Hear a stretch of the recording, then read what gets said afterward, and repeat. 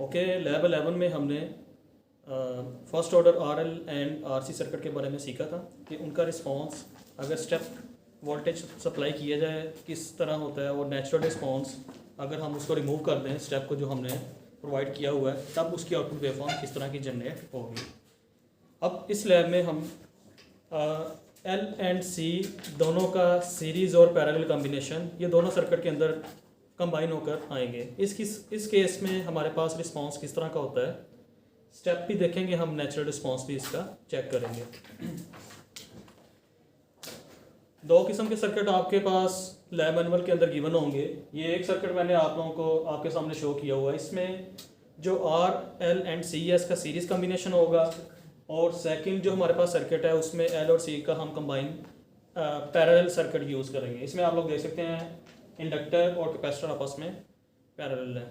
इस केस में भी सेम फिनोमेना जो है step natural and step response check करने का है कि हम फंक्शन जनरेटर से एक स्केयर वेवफॉर्म प्रोवाइड करेंगे और देखेंगे कि जैसे ही स्केयर वेवफॉर्म की आउटपुट 1 होती है या 5 वोल्ट या 10 वोल्ट जो भी हमने वोल्टेज जनरेट किया हुआ है, उस केस में किस तरह का रिस्पांस है। जैसे ही स्केयर वेवफॉर्म की वोल्टेज 0 हो जाती है, तब हमारे पास जो रिस्पांस है, जो कि जिसको हम नेचुरल रिस्पांस भी कहते हैं, उस केस में आउटपुट वेवफॉर्म किस तरह होती है। इस सर्किट में हम लोग वोल्टेज अक्रॉस कैपेसिटर ही लेंगे, और इस पैरेलल सर्किट में भी हम voltage across parallel across the capacitor, inductor भी है, सेम वोल्टेज होगा, वो यूटिलाइज करेंगे। इसमें चूंकि आपके पास एल एंड सी दोनों ही कंपोनेंट्स यूज़ हो रहे हैं, तो आपके पास जो ऑर्डर होगा सर्किट का वो सेकंड ऑर्डर होगा। सेकंड ऑर्डर क्यों कह रहे हैं हम इसे, आपके पास जो इक्वेशन बनेगी, फॉर एग्जांपल ये इक्वेशन आपके पास इस सर्किट के लिए बनाई गई है, थ्योरी में आप लोगों ने पढ़ा हुआ है, मैं ज़्यादा इसकी डिटेल में नहीं जाऊँगा। ये देख सकते हैं आप लोग, आपके पास जो इक्वेशन है डिफरेंशियल इक्वेशन है, उसका जो ऑर्डर है वो सेकंड है। दैट्स वाई हम इसको सेकंड ऑर्डर आरएलसी सर्किट इस केस में कहते हैं। अब इसी की इक्विवेलेंट इक्वेशन जो कि एस डोमेन में है, किसी भी इस जनरल फॉर्म को इस तरीके से रिप्रेजेंट कर सकते हैं सेकंड ऑर्डर इक्वेशन को क्वाड्रेटिक इक्वेशन से। अब इस केस में अगर मैं अल्फा निकालना चाहूँ, अगर इन दोनों को इक्वेट करें, अल्फा की वैल्यू जो आपके पास आएगी इस सर्किट के लिए 1/RC, आपके मैनुअल के अंदर भी हमने डिफाइन किया है, थ्योरी में भी आप लोगों ने देखा होगा। इस अल्फा की वैल्यू को आप कहते हैं नेपर फ्रीक्वेंसी। ये आपके पास पैरेलल सर्किट के लिए निकाली गई है। इसी तरह अगर हम इसकी भी डिफरेंशियल इक्वेशन बनाएं सीरीज आरएलसी सर्किट की, और उसकी नेपर फ्रीक्वेंसी निकालें, तो वो आपके पास R/2L होगी। इसके अलावा अब ओमेगा स्केयर है यहाँ पे, या W स्केयर है, और 1/LC यहाँ पे है। तो अगर मेगा की वैल्यू आप निकालना चाह रहे हैं तो आपके पास 1/√LC होगी। ये आपके पास जिस फ्रिक्वेंसी को रिप्रेजेंट करता है उसको हम कहेंगे रेडियन फ्रिक्वेंसी को ये रिप्रेजेंट करेगा। अब क्वेश्चन ये है कि ये निकालने की हमें ज़रूरत क्यों पेश आई, ये दोनों वैल्यूज़ नेपर फ्रिक्वेंसी और रेडियन फ्रिक्वेंसी। एक्चुअली हम अपना सर्किट के रिस्पांस को डिफाइन करना चाह रहे हैं कि कोई ऐसी हमारे पास टर्म हो जिसको हम यूज़ करते हुए सर्किट का रिस्पांस बता सकें वो किस तरह का होगा। फॉर एग्जांपल इन दोनों सर्किट के अंदर आप लोग देखेंगे कि 3 किस्म के हमारे पास रिस्पॉन्सेज होते हैं। ओवर डैम्प्ड होता है, क्रिटिकल डैम्प होता है, और अंडर डैम्प्ड होता है। अगर तो आपके पास अल्फा स्केयर की वैल्यू ओमेगा नॉट स्केयर से ग्रेटर हो, तब आपके पास जो रिस्पांस होगा वो ओवर डैम्प होगा। मैं आपको वेवफॉर्म से एक्सप्लेन करूंगा कि ओवर डैम्प रिस्पांस हमको किस तरह की वेवफॉर्म को कह रहे होते हैं।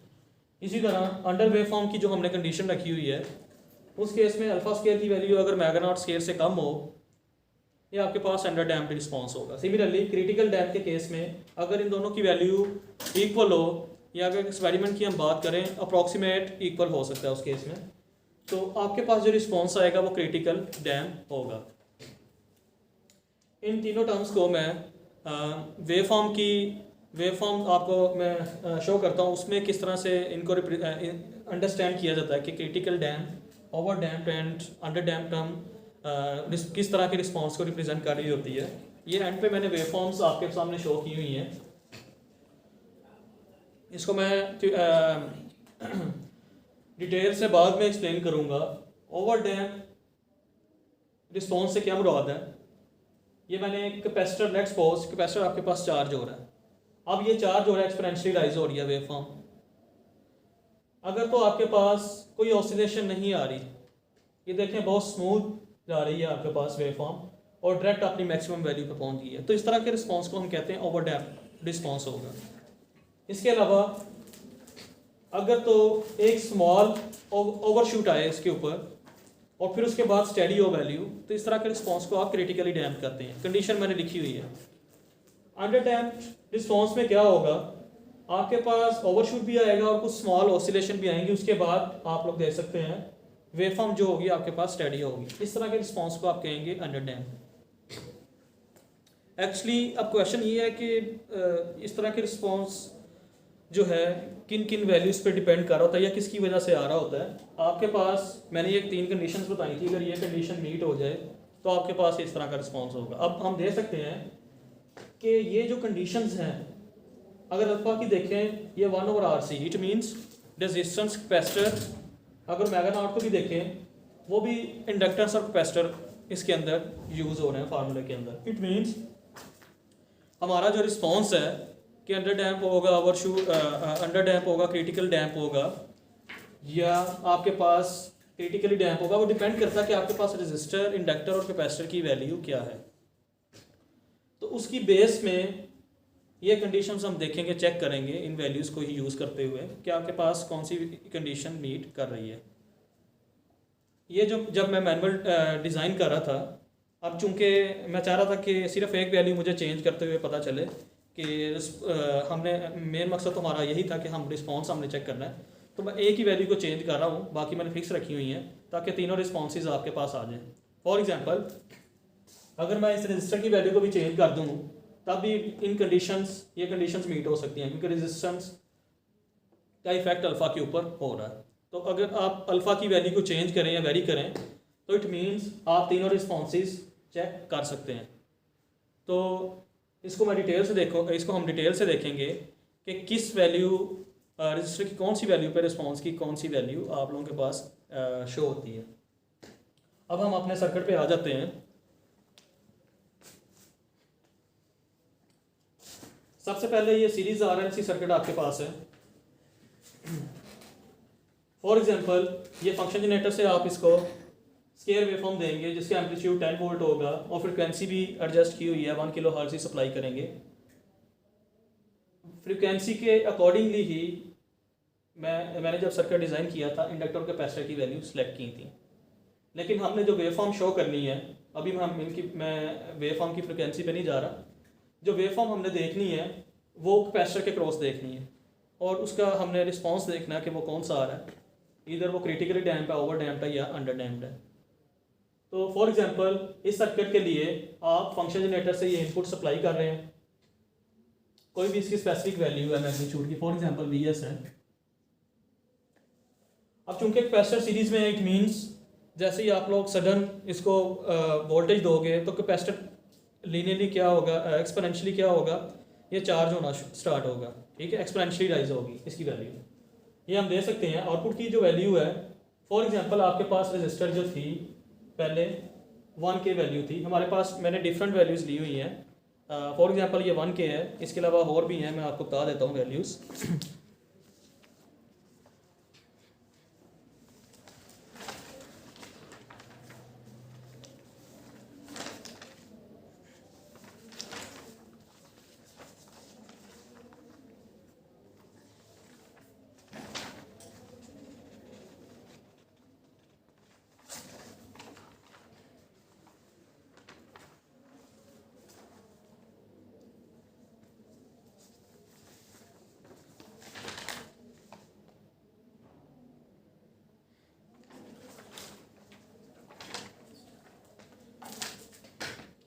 टू के वैल्यू 2K के लिए मैंने डिज़ाइन किया हुआ, तो पहले 2K ले लेते हैं वैल्यू। 2K वैल्यू के लिए आपके पास 2K डिफरेंट है, इसको हम 6K अभी करते हैं, इसको हम एक्सपेरिमेंटली देख भी लेंगे। 6K वैल्यू और LC की वैल्यू भी यही होगी यूज़। अगर आप लोग इसकी कंडीशंस भी चेक करना चाहें तो आपके पास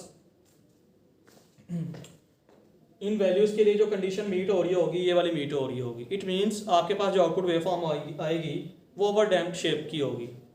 ये मैंने शो भी की हुई है। वी आउट जो हमारे पास आ रहा है वो ओवर डैम्प होगा। इट मीन्स आपके पास कोई ओवरशूट नहीं आएगा। Capacitor just linearly smoothly rise होगा इसकी जो वोल्टेज वेवफॉर्म है, और डिक्रीमेंट भी इसी तरह होगी, एक्सपोनेंशियली डिक्रीज होगी और किसी किस्म की ऑसिलेशंस नहीं आएंगी। अगर हम रेजिस्टर की वैल्यू को चेंज करें, फॉर एग्जांपल मैंने नेक्स्ट वैल्यू जो यूज़ की हुई है मैनुअल के अंदर वो 4K है। जब हम 4K वैल्यू यूज़ करेंगे तो आप लोग देखेंगे आपके पास कैपेसिटर का वोल्टेज राइज होगा, लेकिन एक ओवरशूट वैल्यू आएगी। और इन वैल्यूज़ के लिए अगर आप 4K 100 और 0.01 देखेंगे, आपके पास जो कंडीशन मीट कर रही होगी आप लोग देखेंगे कि ये दोनों अप्रॉक्सीमेट क्या होंगे, आपस में इक्वल होंगे। इट मीन्स आपका जो रिस्पॉन्स है क्रिटिकली डैम्प है। अंडर डैम्प केस में क्या होता है कि आपके पास ऑसिलेशंस भी आ रही होती है, ओवरशूट भी होता है और स्मॉल ऑसिलेशंस भी आती है। इस केस में अगर हम फर्दर इसकी वैल्यू को रिड्यूस करें इस सर्किट की, तो आपके पास जो रिस्पॉन्स होगा आप लोग एक्सपेरिमेंटल भी देखेंगे इस तरह की शेप आ रही होगी। और कंडीशंस अगर आप लोग देखना चाहें यहाँ पर यही फुलफिल हो रही होगी इस रजिस्टर की वैल्यू के लिए। इस केस में अल्फा स्केयर आपके पास मैग्नाइट स्केयर से क्या होगा, इसकी वैल्यू कम होगी। अब हम पैरेलल RLC सर्किट के लिए देख लेते हैं।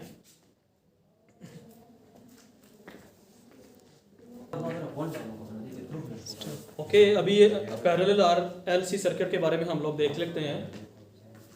इस सर्किट में जो आपके पास आउटपुट वेवफॉर्म जो होगी उसका रिस्पांस देखना है कि स्टेप और नेचुरल रिस्पांस किस तरह का होता है। ये मैंने सब वेवफॉर्म अब आपको पैरेलल RLC सर्किट के लिए शो कर दी हैं।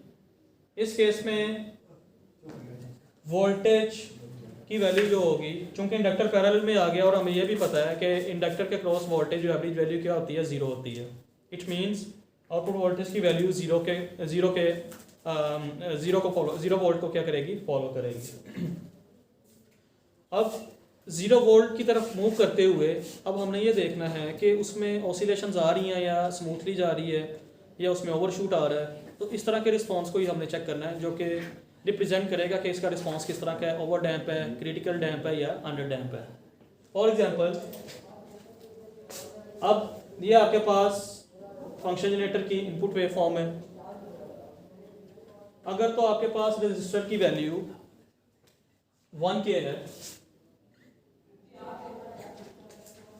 सॉरी हम ये सर्किट यूज कर रहे हैं। अगर 1K है आपके पास,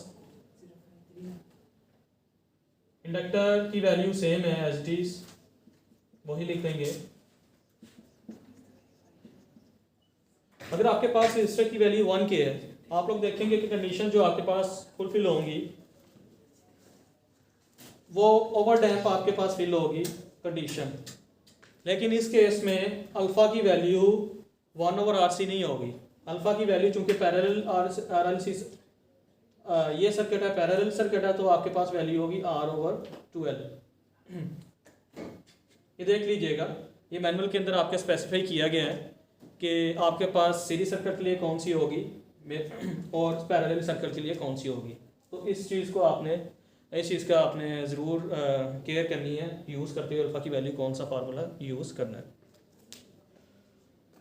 तो इस केस में ओवर डैम्प चूंकि कंडीशन मीट हो रही थी, और हमें यह भी पता है कि इंडक्टर की वैल्यू 0 होनी है क्योंकि वो पैरेलल में लगा हुआ है। अब ये एक्सपोनेंशियली वोल्टेज क्या हो रहा है, डिक्रीज हो रहा है। करंट की वैल्यू चूंकि इंडक्टर यूज़ कर रहे हैं वो एक्सपोनेंशियली राइज कर रही होगी। इसी तरह इसी वजह से उसी के इक्वलेंट वोल्टेज की वैल्यू भी एक्सपोनेंशियली डिक्रीज करेगी। अब जैसे ही ये 0 होगी आपके पास वैल्यू, जब आपको सीरीज RL सर्किट बता रहा था और उसमें मैंने आपको रिस्पांस बताया था कि जैसे ही आपके पास वोल्टेज की वेवफॉर्म 0 होगी तो इंडक्टर की जो वोल्टेज की वैल्यू होगी वो माइनस में हो जाएगी। अब सेम माइनस में हो रही है और डिक्रीज होती है, फिर ये 0 तक जाएगी। इसी तरह जब नेक्स्ट साइकिल स्टार्ट होगा तो इसी तरह की शेप दोबारा आपके पास जनरेट होगी, हम लोग देखेंगे। अब क्रिटिकली डैम्प में क्या होता है, ये तो 1 के रजिस्टर के लिए वैल्यू थी, अगर आप रजिस्टर की वैल्यू फर्दर चेंज करें, फॉर एग्जांपल अगर आप 3 के यूज़ कर रहे हैं, कंडीशंस आपके पास जो मीट होगी इस केस में वो क्रिटिकल डैम्प की होगी कंडीशन मीट, और आपके पास आप लोग शेप देखेंगे इंडक्टर की वैल्यू स्मूथली जीरो नहीं जाएगी, ये एक्सपोनेंशियली डिक्रीज हो रही है, लेकिन आपके पास एक अंडरशूट आएगा, उसके बाद जीरो होगी वैल्यू।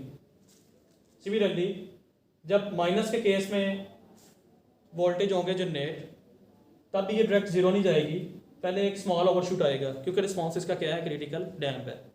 अब अगर हम फर्दर रेजिस्टेंस की वैल्यू चेंज करें, फॉर एग्जांपल मैनुअल के अंदर मैंने डिज़ाइन वैल्यू भी डाली हुई है यहाँ पर, अगर आप लोग 6K की वैल्यू अगर यूज़ कर रहे हैं, इस केस में भी आप लोग देखेंगे कंडीशन जो आपके पास फुलफिल होगी, जो मैंने आप लोगों को पहले बताया हुआ है, वो आपके पास होगी अंडर डैम्प कंडीशन मीट होगी। अंडर डैम्प से जाहिर है कि आपके पास डैम्पिंग ज़्यादा स्ट्रिक्ट नहीं हो रही, बहुत कम हो रही है, इट मीन्स आपके पास ऑसिलेशंस आएंगी सर्किट के अंदर, जो कि देखा भी जा सकता है। आपके पास वोल्टेज वेवफॉर्म जीरो होने से पहले अंडरशूट तो आया ही है, फिर उसके बाद एक स्मॉल ऑसिलेशन आई है, उसके बाद रिस्पॉन्स आपके पास क्या हुआ है, स्टेडी स्टेट हुआ है। सिमिलरली जब आपके पास वोल्टेज माइनस में था, तब भी वोल्टेज की वेवफॉर्म डायरेक्ट जीरो नहीं हुई, सबसे पहले एक ओवरशूट आया, उसके बाद आपके पास स्मॉल ऑसिलेशन आई है, फिर उसके बाद क्या हुई है, जीरो हुई है। इसीलिए इस तरह के जिसमें स्मॉल ऑसिलेशंस आ रही हों, इस तरह के रिस्पांस को आप कहते हैं कि आपके पास अंडरशूट ये रिस्पांस है। अब हम प्रैक्टिकली इसको देखेंगे, फंक्शन जनरेटर यूज़ करते हुए ऑसिलोस्कोप में इसकी वेवफॉर्म देखेंगे, और मैं रजिस्टर की वैल्यू चेंज करता रहूँगा और रिस्पांस उसका दिखाऊंगा आपको कि अंडरशूट क्रिटिकल डैम्प किस तरह का आ रहा है, ओवर डैम्प किस तरह का आ रहा है, और अंडर डैम्प रिस्पांस किस तरह का आ रहा है। इसी तरह की वेवफॉर्म जो मैंने आप लोगों को शो की हुई है वो आप लोग ऑसिलोस्कोप में भी देखेंगे।